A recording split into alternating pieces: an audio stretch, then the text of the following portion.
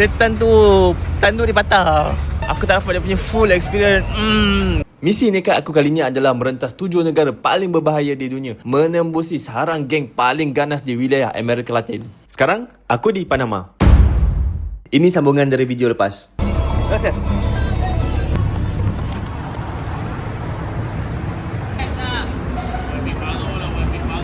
Aku dekat pekan yang random, nama dia Correra dekat Panama ni. Jarak dia lebih kurang dalam 2 jam lah. Okay, aku baru naik Diablo Rojo tau. Tadi aku tak dapat nak cerita detail sangat. Okay, Diablo Rojo ni adalah satu bus, local bus lah, yang dia akan bawa gila-gila. And then nama Diablo Rojo tu sendiri bermaksud setan merah. Kenapa dia panggil setan merah? Sebab dia akan bawa gila-gila macam setan. So local panggil dia Diablo Rojo, iaitu setan merah. So aku pun nak sangat lah try apa rasa setan merah ni kan. So aku pun naik lah sampai ke sini, Correra nama tempat tu. Sebab aku malah nak teruskan lagi. So aku turun kat Correra ni lah. Aku punya first impression lah, setan tu tanduk dia patah. Tak buat pun dah setan. Aku rasa dah macam jinak jugalah tadi. Aku tak dapat dia punya full experience. Gitu, tak dapat. Jadi aku nak explore sikit pekan Correra ni ada apa. And then aku tak putus asa lagi ni.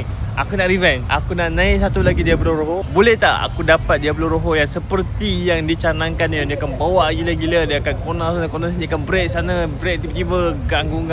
Okay, aku nak rasa benda tu. Aku nak vibe benda tu. Ni aku nak patah balik ke bandar lebih kurang sejam setengah 2 jam.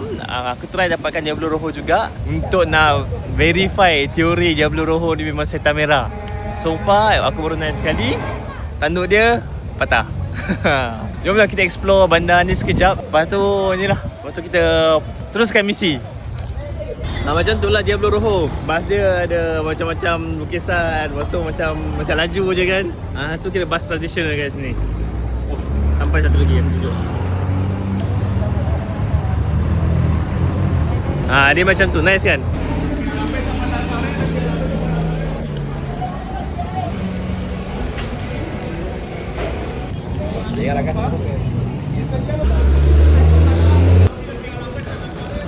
Macam ni lah vibes yang aku suka. Dia tak buat apa nak bandar sangat.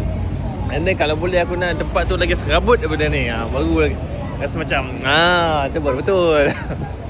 Ni pun tak cukup serabut ni. Kalau serabut macam Afrika, tu lagi best. Aku rasa sini lah kot tempat nak tunggu Diablo Rojo balik semula ke Albrook ni.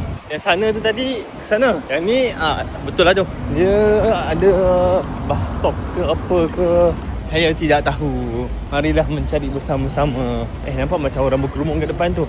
Jomlah pergi. Kalau orang berkerumun, ada something kat situ. Kita pergi. Sambung next video.